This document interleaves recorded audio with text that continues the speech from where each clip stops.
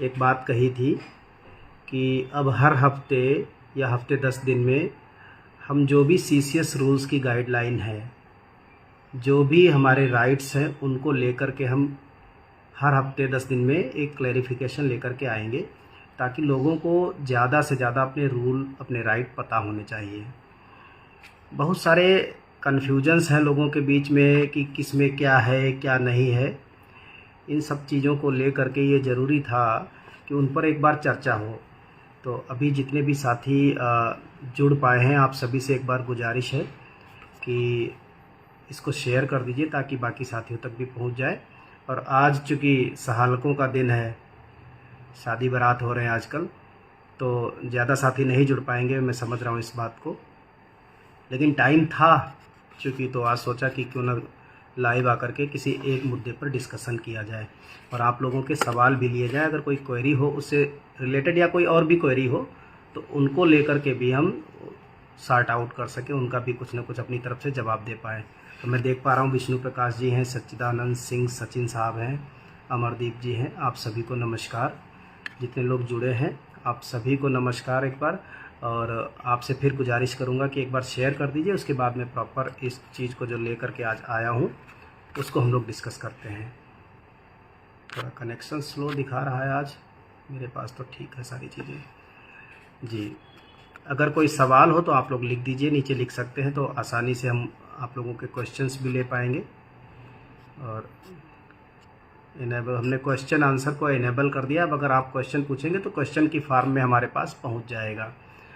और अगर कोशिश करेंगे कि कोई हमसे वीडियो में लाइव होकर के हमसे कोई सवाल करना चाहेगा तो हम उसको भी कोशिश कर रहे हैं कि वो भी हमारे साथ इसमें जुड़ जाएं। अगर कोई साथी जुड़ना चाहता है तो मुझे एक बार बता देगा ताकि मैं उसको इनवाइट कर लूँगा यहाँ से।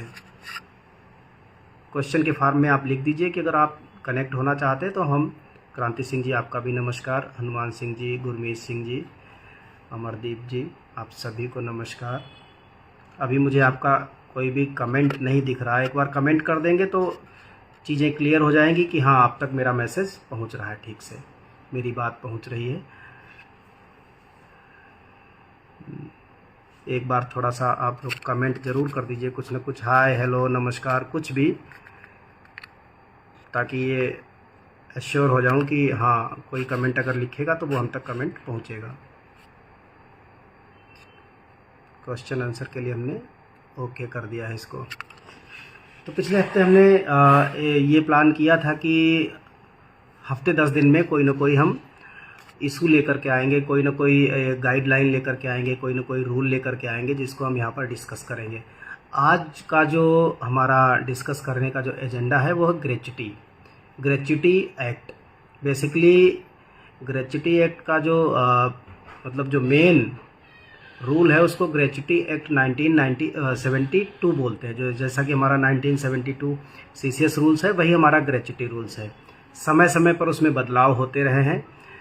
फिर जब 22 दिसंबर 2003 को एनपीएस आ गया तो फिर लोगों के बीच में कन्फ्यूजन क्रिएट हुआ कि क्या एनपीएस में ग्रेच्युटी मिलेगी कि नहीं मिलेगी। फिर 16 जनवरी 2025 को यूनिफाइड पेंशन स्कीम का विकल्प आ गया। फिर लोगों को डाउट हुआ कि यूनिफाइड पेंशन स्कीम में ग्रेच्युटी मिलेगी कि नहीं मिलेगी, क्योंकि मेरे पास सैकड़ों मैसेज आते हैं जिनमें ये लिखा है लोगों ने कि इसमें क्या ग्रेच्युटी मिलेगी, क्योंकि लोग बता रहे हैं ग्रेच्युटी नहीं मिलेगी। ऐसे डाउट्स हैं लोगों को। हालांकि मैं हर बार बोलता हूँ ग्रेच्युटी का एनपीएस, ओपीएस, यूपीएस या कोई और पेंशन स्कीम है उससे कोई वास्ता नहीं है। ग्रेच्युटी एक्ट एकदम अलग है और वो सरकारी कर्मचारियों के लिए ही नहीं बल्कि प्राइवेट जो कर्मचारी हैं, ऑर्गेनाइज सेक्टर में काम करते हैं, उनके लिए भी ग्रेच्युटी का रूल है और सेम रूल है। तो पहली बात तो ये है कि ग्रेच्युटी चाहे एनपीएस हो, चाहे यूपीएस हो, चाहे ओपीएस हो, सभी को बराबर और समान रूप से मिलेगी। ये पहले तो तय है। जब भी कभी कोई एक्ट बनता है, जैसे पुराने वालों के लिए 1972 सीसीएस रूल्स चलता है, हमारे लिए भी वही चलता है, लेकिन पेंशन के मामले में हमारा अलग हो जाता है। हमारा हो जाता है एनपीएस एक्ट। हमारा जो लेटेस्ट एक्ट है उसका नाम है सीसीएस रूल्स, यानी central civil services rules implementation of national pension system यानी इम्प्लीमेंटेशन ऑफ एनपीएस 2021 जो कि 30 मार्च 2021 को आया था। तो एनपीएस का सबसे लेटेस्ट गज़ट वही है 30 मार्च 2021 का। और एनपीएस में ग्रेच्युटी के लिए जैसे ही चूँकि नियम बदला जाता है, कभी भी नया गज़ट आता है तो नए गज़ट आने के बाद तमाम चीज़ों को क्लैरिफाई करने के लिए सरकार की ये जिम्मेदारी बन जाती है, चाहे वो ग्रेच्युटी हो, चाहे लीव इनकैशमेंट हो, चाहे दूसरी चीज़ें हो, चाहे इंश्योरेंस स्कीम हो, इन सभी चीज़ों को नए सिरे से वो क्लैरिफाई करती है। तमाम सारे साथी जुड़ गए मैं देख पा रहा हूँ। एक बार आप सभी से गुजारिश है कि इस वीडियो को शेयर ज़रूर कर दीजिए ताकि ज़्यादा से ज़्यादा लोगों तक बात पहुँचे। अभी मुझे किसी साथी का कमेंट नहीं मिला है तो मुझे डाउट है, पता नहीं कमेंट किया नहीं है या फिर मुझे दिखाई नहीं पड़ रहा है। तो अगर किया नहीं तब तो खैर कोई बात ही नहीं, लेकिन अगर किया है और दिखाई नहीं पड़ रहा तो ये शायद कुछ टेक्निकल ग्लिच हो सकती है। तो मैं चाहूँगा कि आप लोग सवाल अगर कुछ है तो ज़रूर लिखें। तो पहली बात तो ये क्लियर है कि gratuity act same to same, gratuity का प्रोविज़न सेम टू सेम है एनपीएस वाले एम्प्लॉयज़ को भी जैसे कि पुरानी पेंशन वाले साथियों को है। दूसरी बात, अब लोगों ने सवाल किया कि क्या यूनिफाइड पेंशन स्कीम में ग्रेच्युटी का रूल है, ग्रेच्युटी का प्रावधान है। तो पहले ये समझ लीजिए कि यूनिफाइड पेंशन स्कीम अलग से कुछ नहीं है। Unified pension scheme is under national pension system या न्यू पेंशन स्कीम जिसको आप कहते हैं, यानी यूपीएस केवल और केवल एनपीएस का एक सब पार्ट है, अलग से नहीं है। वो केवल एश्योर्ड पे आउट देने के लिए यूनिफाइड पेंशन स्कीम को लाया गया है। तो यूपीएस ऑलरेडी एनपीएस का पार्ट है और एनपीएस में ऑलरेडी ग्रेच्युटी है, तो यूनिफाइड पेंशन स्कीम के तो अगर जो लोग ऑप्ट करते हैं उनके लिए भी ग्रेच्युटी का प्रोविज़न एज इट इज़ रहेगा, उनको भी ग्रेच्युटी मिलेगी। अभी जो ग्रेच्युटी का जो मैक्सिमम लिमिट है वो 20 लाख से 25 लाख बढ़ा करके कर दी गई है, जो अभी दो तीन महीने पहले ही की गई थी, जब हमारा डियरनेस अलाउंस 50% को जब पार कर गया था, यानी जुलाई 2024 में। अभी जनवरी से हमारा जो डीए है वो 55% हो गया है। तो ग्रेच्युटी हमें भी बिल्कुल वैसे ही मिलती है। इस ग्रेच्युटी का क्लैरिफिकेशन आया है 23 सितंबर 2025 को। 30 मार्च 2021 को एनपीएस इम्प्लीमेंटेशन सीसीएस रूल्स 2021 आया है और उसके बाद ग्रेच्युटी का क्लैरिफिकेशन आया है। अगर आप गूगल करेंगे 23 सितंबर 2021 का ग्रेच्युटी रूल या ग्रेच्युटी एक्ट अगर आप निकालेंगे तो गूगल पर बहुत आसानी से आपको मिल जाएगा। उसका नाम है, मैं आपको पढ़ करके बता देता हूँ पूरा, एनपीएस ग्रेच्युटी रूल्स 2021 नोटिफिकेशन 23 सितंबर 2021 इस दिन पर आया है। और मैं बता दूं ग्रेच्युटी का बेसिकली पूरा नाम रहता है DCRG। DCRG का मतलब डेथ कम रिटायरमेंट ग्रेच्युटी।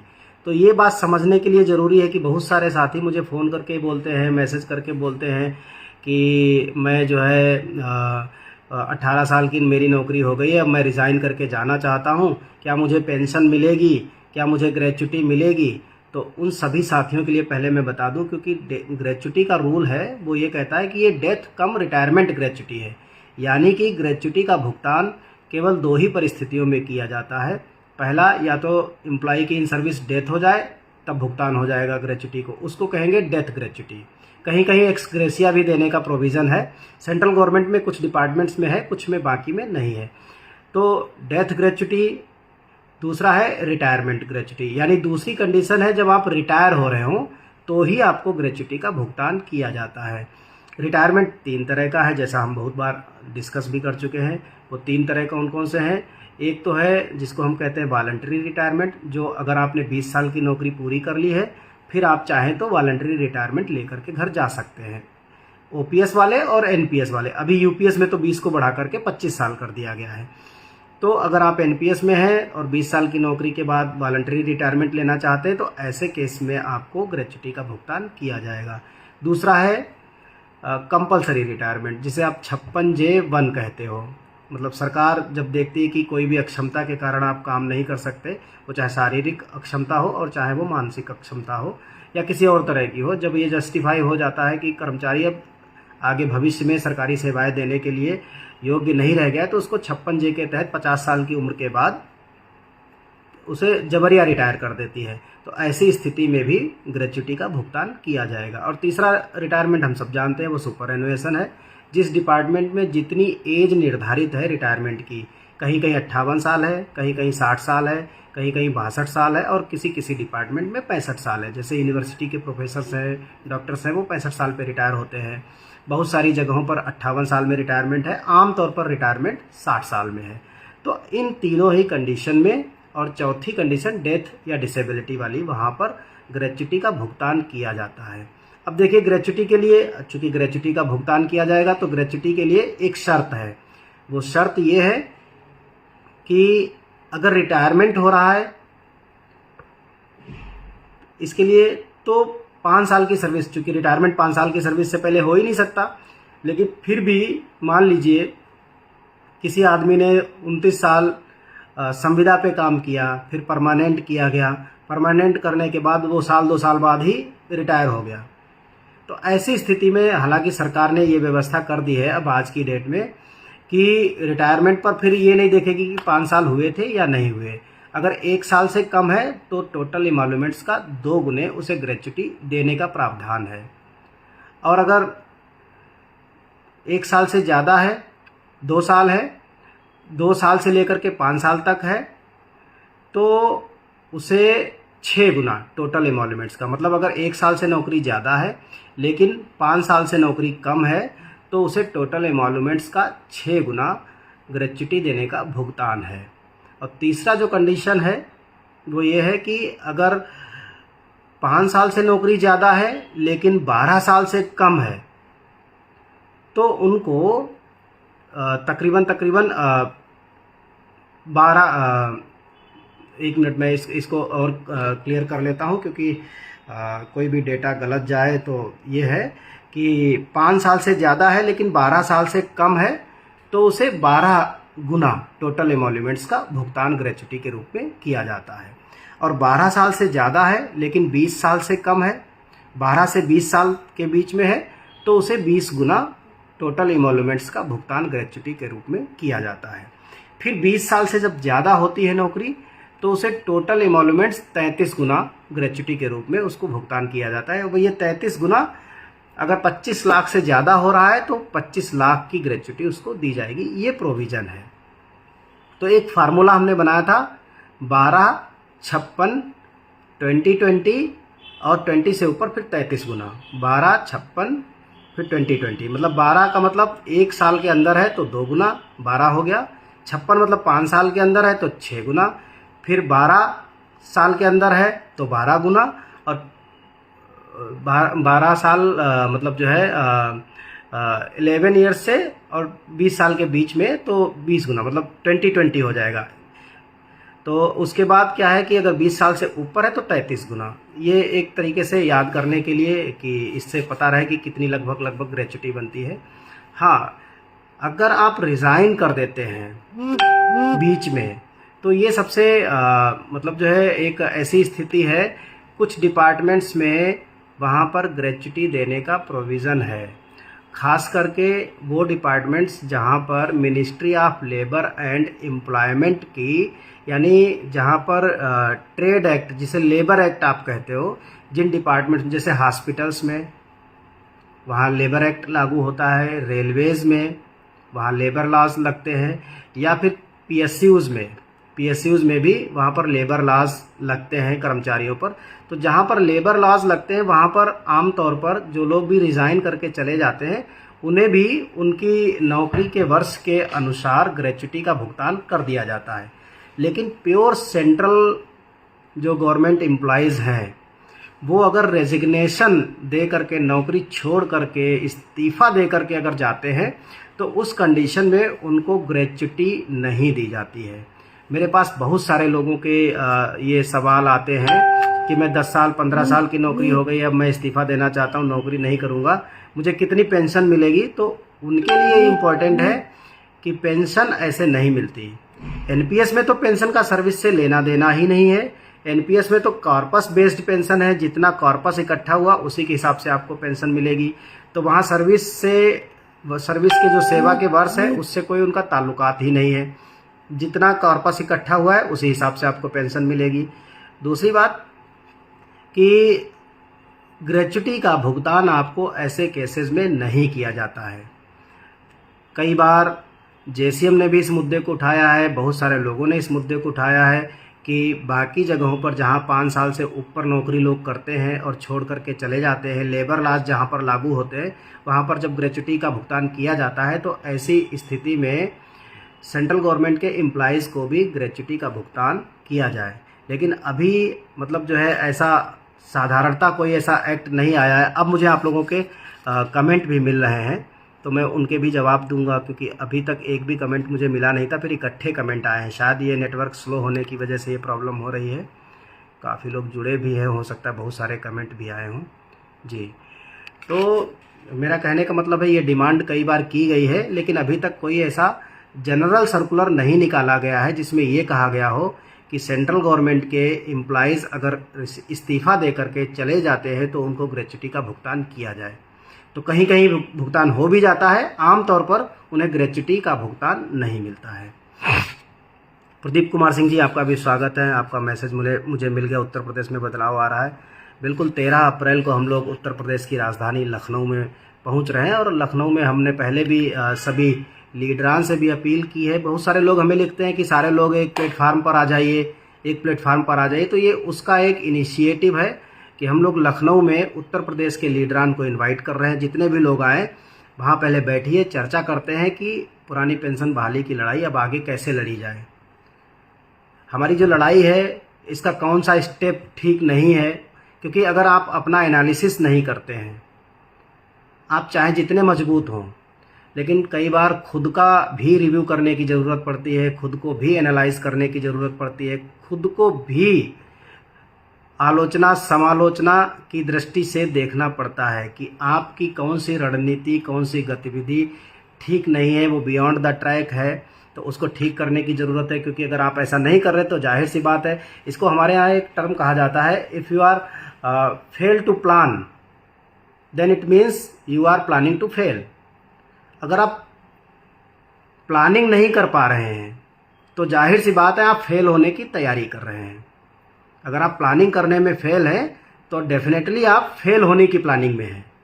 तो इसके लिए हम लोगों ने ये 13 अप्रैल को कार्यक्रम रखा है। लखनऊ में सुबह 10 बजे से बर्लिंगटन चौराहे पर होगा।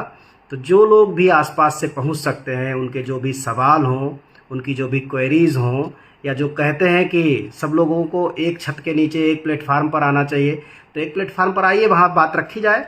सारे लोग कैसे प्लेटफार्म पर आ सकते हैं, कैसे इस लड़ाई को आगे बढ़ा सकते हैं, कैसे हम बिना राजनीतिक द्वेष के केवल और केवल कर्मचारियों के हित में किस तरह से पुरानी पेंशन बहाली के लिए कारगर लड़ाई को अंजाम तक पहुंचा सकते हैं।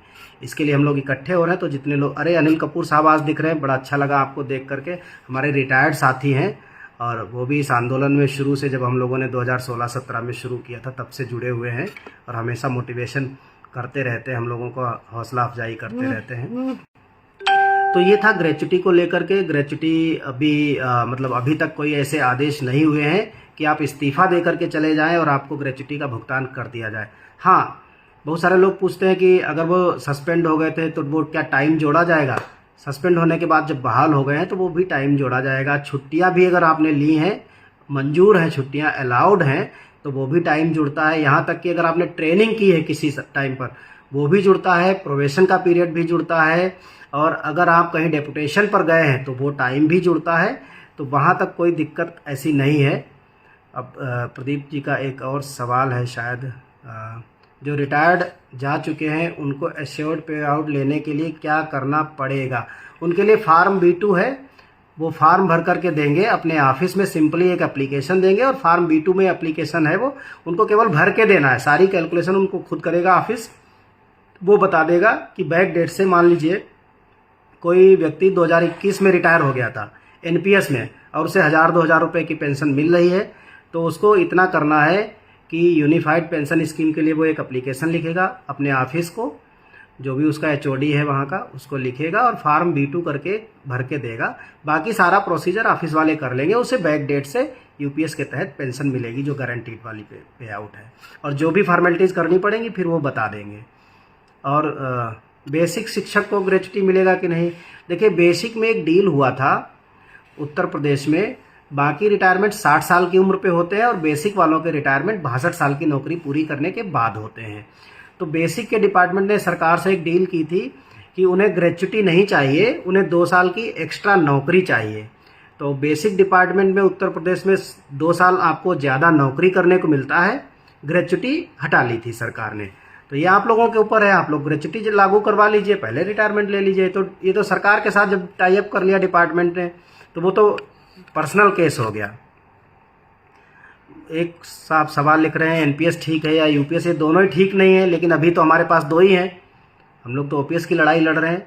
ठीक तो दोनों ही नहीं है, लेकिन यह है कि किसके लिए अभी फ़िलहाल जो आदमी रिटायर हो चुका है, क्योंकि एनपीएस में बहुत सारे ऐसे हज़ारों लोग हैं, खास करके ग्रामीण डाक सेवक जीडीएस जिनको कहते हैं, उनकी हज़ारों की तादाद है जिनको रिटायर हुए 4-4, 5-5 साल हो चुके हैं और उनको 1000, 2000, 3000 की पेंशन मिल रही है। तो ओपीएस तो अभी है ही नहीं और 5-7 साल उनको रिटायर हुए भी हो चुका, तो उनके पास मजबूरी है एनपीएस और यूपीएस में से कोई एक स्विच करने के लिए। तो जो बेहतर होगा वो स्विच करेंगे उसमें जिसमें उनको ठीक लगेगा। गोपाल बजरंगी जी, सेंट्रल ऑटोनोमस बॉडी के लिए यूपीएस कब आएगी? देखिए ऑटोनोमस बॉडीज़ में अभी 30 मार्च 2021 का डेथ एंड डिसेबिलिटी के केस में ओपीएस वाला विकल्प ही लागू नहीं है।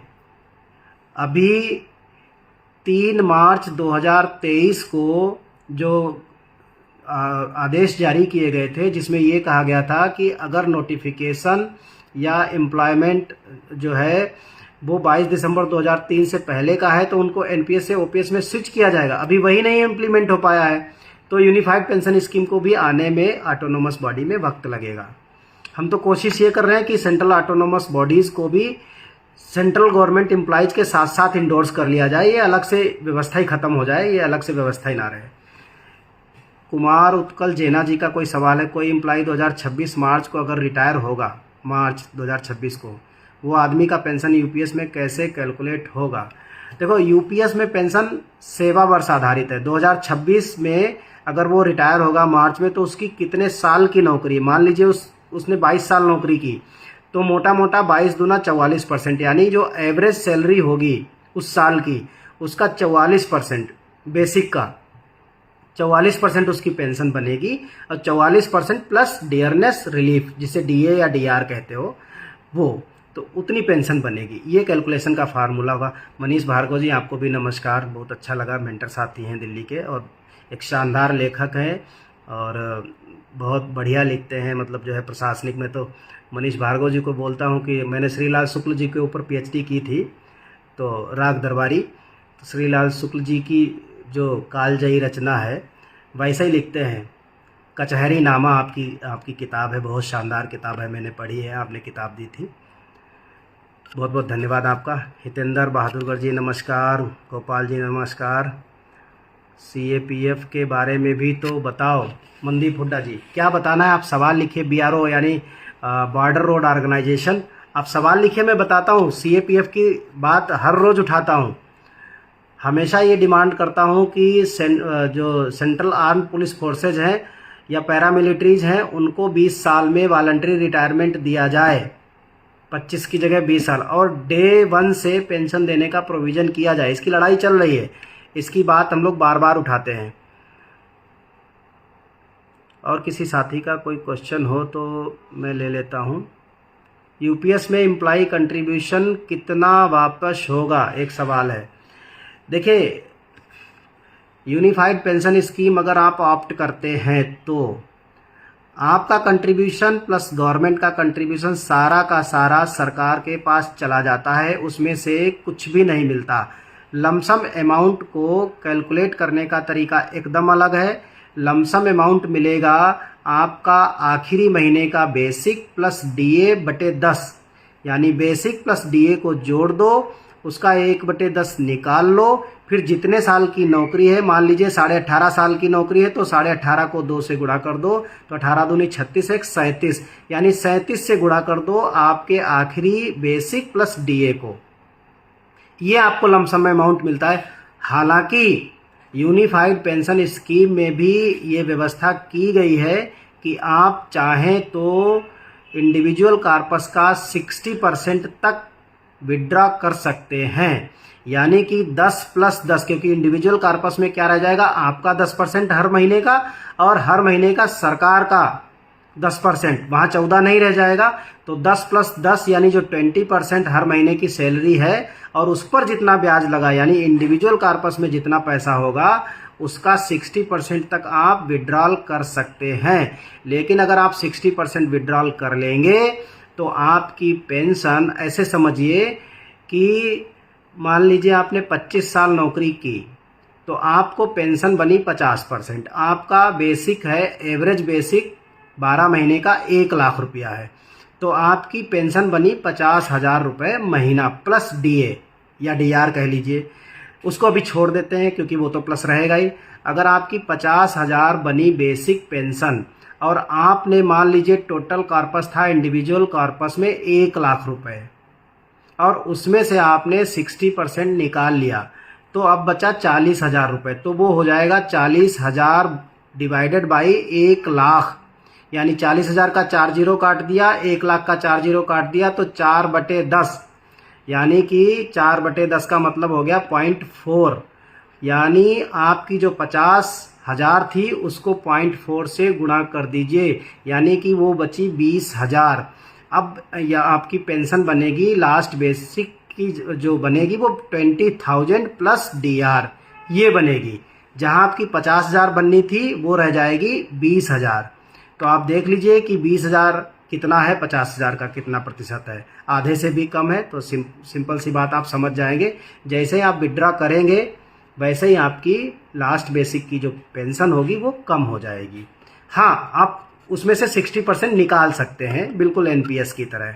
देखिए, मैं एक बात फिर कहूँगा, जो बड़े एम्प्लॉई हैं, लेवल 8-9 के ऊपर वाले हैं, 7-8 के ऊपर वाले हैं, जिनकी सैलरी ज़्यादा है, वो उनको कोई भी घबराहट नहीं होगी, ना एनपीएस में ना यूपीएस में, क्योंकि उनके पास बड़ा कॉर्पस इकट्ठा हो जाएगा। वो आसानी से तय कर लेंगे कि कॉर्पस छोड़ना है या नहीं छोड़ना है, या कॉर्पस में से इतना % निकाल लेना है। लेकिन जो हमारा छोटा कर्मचारी है, पे लेवल 6, 7, 8 तक का जो कर्मचारी, और ख़ास करके 1, 2, 3, 4 वाला जो कर्मचारी है, उसके लिए तो कहने के लिए यूनिफाइड पेंशन स्कीम में एश्योर्ड पे आउट मिल भी जाएगा। पे कमीशन का लाभ मिलेगा कि नहीं मिलेगा, इस बात की संभावना बहुत कम है कि मिलेगा।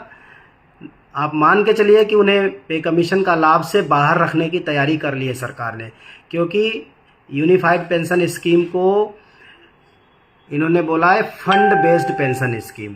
और फंड बेस्ड पेंशन स्कीम होने का मतलब ये है कि सर्विस ईयर बेस्ड नहीं है। सर्विस ईयर बेस्ड ना होने से आपका जो लास्ट बेसिक होगा, मान लो आपके रिटायरमेंट होने के 5 साल बाद पे कमीशन आया, मान लीजिए आप 2025 में रिटायर हुए और 2026 में पे कमीशन आ गया, तो पे कमीशन का लाभ तो वो ये बोल देंगे कि आपकी जो यूनिफाइड पेंशन स्कीम है ये फंड बेस्ड पेंशन स्कीम है। आपने जितना फंड दिया था, सरकार ने जितना फंड दिया था, उसके आधार पर आपको पेंशन दी गई है। तो आपका जो भी 2026 में मल्टीप्लिकेशन फैक्टर आएगा, फिटमेंट फैक्टर आएगा, उस फिटमेंट फैक्टर को यूनिफाइड पेंशन स्कीम वाली पेंशन में लगाया जाएगा कि नहीं लगाया जाएगा, इस बात की संभावना कुछ भी हो सकती है। और अगर मैं कहूँ तो मेरा यही मानना है कि डीए भले ही वो मर्ज कर दें, जो डीआर है आपका 50% से ऊपर जाए या कम भी रहे, उसको भले ही आपकी बेसिक में मर्ज कर दें, लेकिन जो एडिशनल जो ग्रोथ मिलती है पे कमीशन में, वो चाहे 20% मिले, 30% मिले, 35 मिले, 40 मिले या 15 मिले, कुछ भी मिले, उसको भारत सरकार देने के मूड में बिल्कुल नहीं है। मैं तो ये मान के चल रहा हूँ। और इसी वजह से 25 मार्च 2025 को भारत सरकार डिफरेंशिएट करके एक बिल लाई है, पेंशन लायबिलिटीज़ डिफरेंशिएशन एक्ट करके लाई है। उसको लाने के पीछे वजह यही है कि वो नहीं देना चाहती है। तो मैं यही कहूँगा कि अगर आपकी बहुत छोटी नौकरी हो तो ही यूनिफाइड पेंशन स्कीम में जाइए, अदरवाइज जाने की ज़रूरत नहीं है। जब पे कमीशन का लाभ ही नहीं मिलेगा तो रिटायरमेंट के बाद किसकी सर्टेनिटी है कि 20 साल जिंदा रहेगा? कोई भरोसा तो है नहीं। कोरोना हम लोगों ने देख लिया है, बड़ी बड़ी महामारियां देख ली हैं, तो बहुत अनसर्टेन है मामला। तो उसके लिए मैं कहूँगा कि जो सर्टेन है उसी में रहें। और हमारी इसीलिए लड़ाई, हम 13 अप्रैल को लखनऊ पहुँच रहे हैं कि ओपीएस की लड़ाई आगे कैसे लड़ी जाए। विजय हुड्डा साहब भी नमस्कार। अनिरुद्ध प्रसाद पाल जी, सर जी नमस्कार। यूपीएस में सर्विस का गणना ज्वाइनिंग डेट से जोड़ी जाएगी? ज्वाइनिंग से जुड़ेगी, बिल्कुल। कटौती से कोई मतलब नहीं। अगर कटौती नहीं हुई है तो पीछे की कटौती आप करवा दीजिए, वो कटौती करवाने का प्रोविज़न है उसमें। लेकिन जिस दिन आपने नौकरी ज्वाइन की थी उस दिन से आपकी नौकरी जोड़ी जाएगी। सर आपके लेटर हेड पर सेंट्रल ऑटोनोमस बॉडी के लिए यूपीएस लिख दीजिएगा। गोपाल बैरागी जी, मैं अभी 3-4 दिन पहले भारत सरकार के सबसे एलीट सेंट्रल ऑटोनोमस बॉडीज़ के कर्मचारियों और ख़ास करके मैथ के सारे प्रोफेसर्स थे वहाँ पर दिल्ली यूनिवर्सिटी में, उनके साथ इस मुद्दे को पूरा चर्चा किया है और उनको तैयार किया है कि आने वाले समय में सेंट्रल ऑटोनोमस बॉडीज़ के एम्प्लॉई इसी बात की डिमांड करेंगे कि भारत सरकार कोई भी गजट, कोई भी पॉलिसी सेंट्रल गवर्नमेंट एम्प्लॉयज़ के लिए लाती है तो वो direct central government autonomous bodies पर भी लागू होना चाहिए। कमलेश तोमर जी नमस्कार। अंजनी जी नमस्कार। और कोई साथी अगर किसी का क्वेश्चन हो तो मैं ले लेता हूं, अगर किसी का सवाल हो।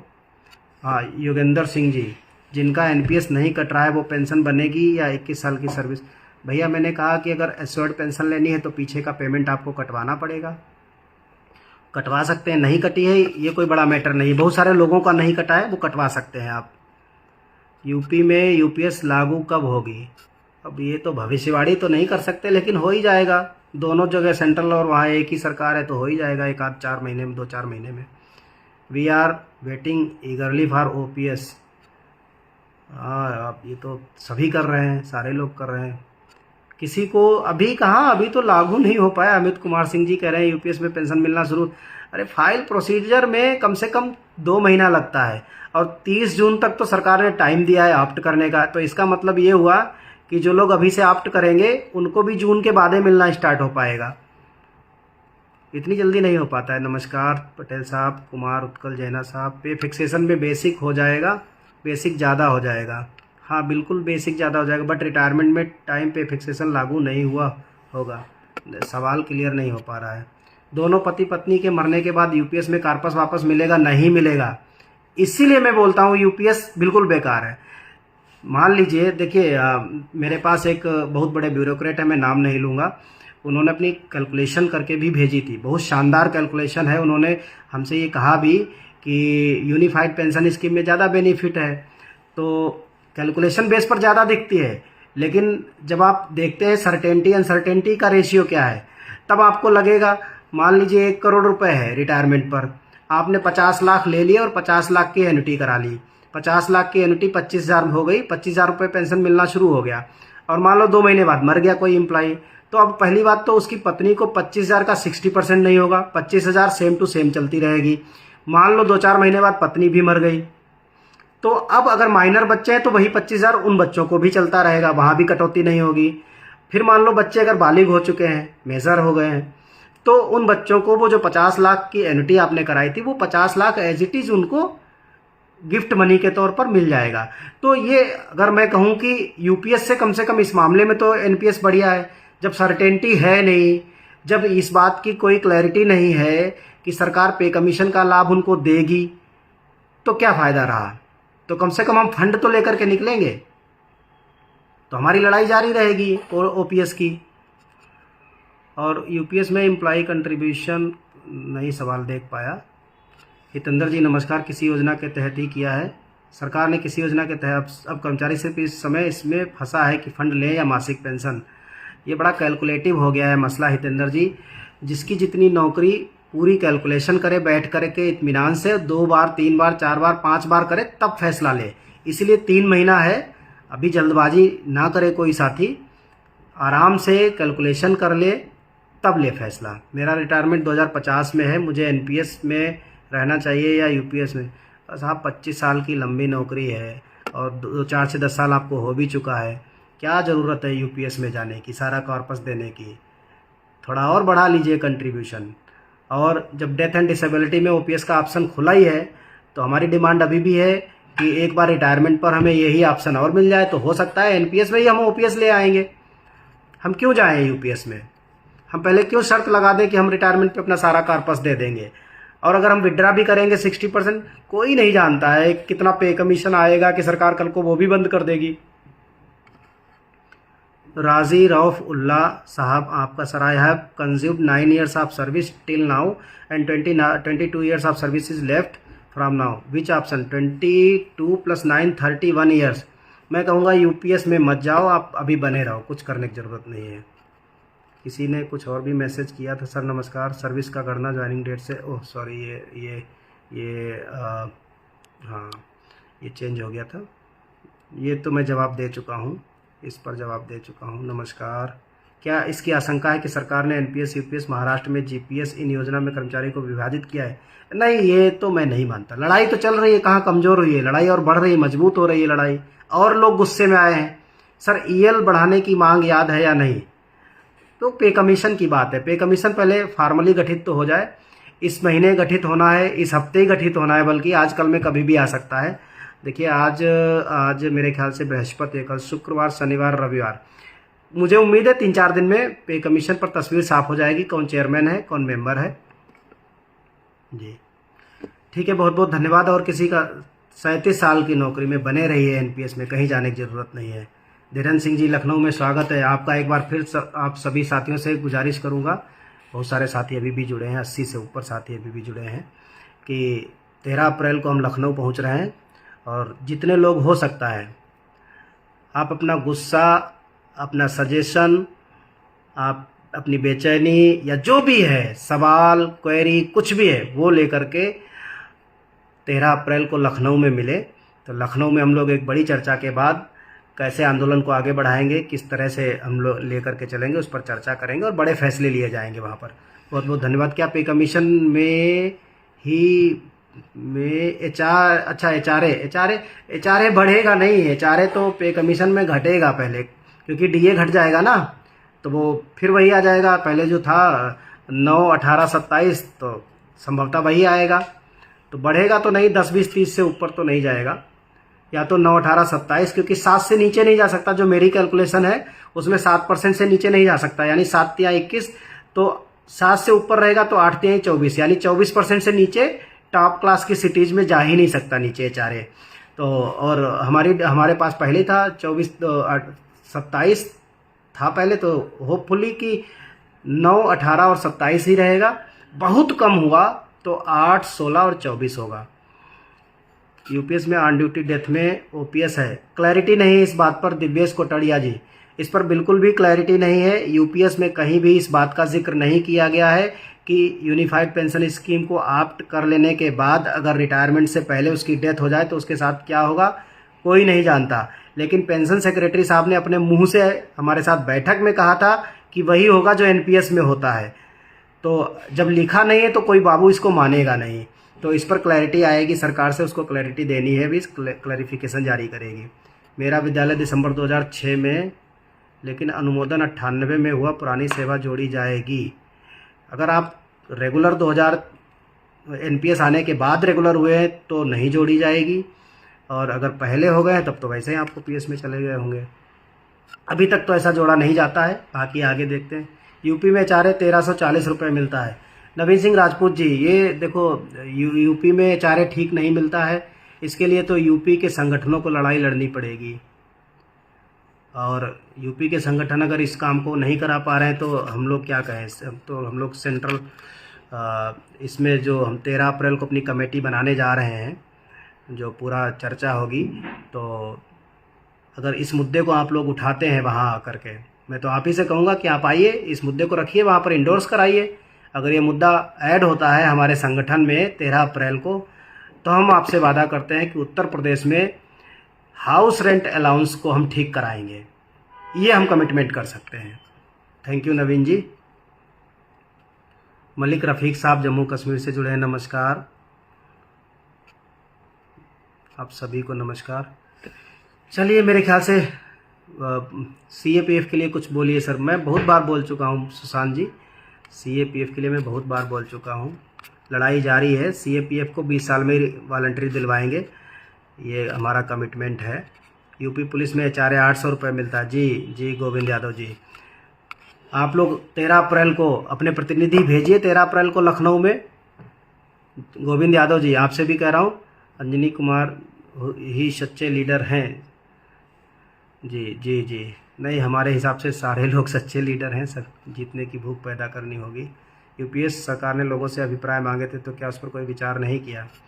देखिए, मैं लास्ट मीटिंग में 24 फरवरी को मीटिंग में था। कोई भी चीज़ इतनी जल्दी नहीं बदलता है, तो 24 फरवरी से लेकर अभी 24 अप्रैल नहीं आया है। मैं मान के चलता हूँ कि बहुत जल्दी यूनिफाइड पेंशन स्कीम में एक अमेंडमेंट आने वाला है। मैं ये मान के चलता हूँ, एक वॉलंटरी रिटायरमेंट के डे से पेंशन, और दूसरा जो कॉर्पस देने की उन्होंने व्यवस्था की उसको बढ़ाने का।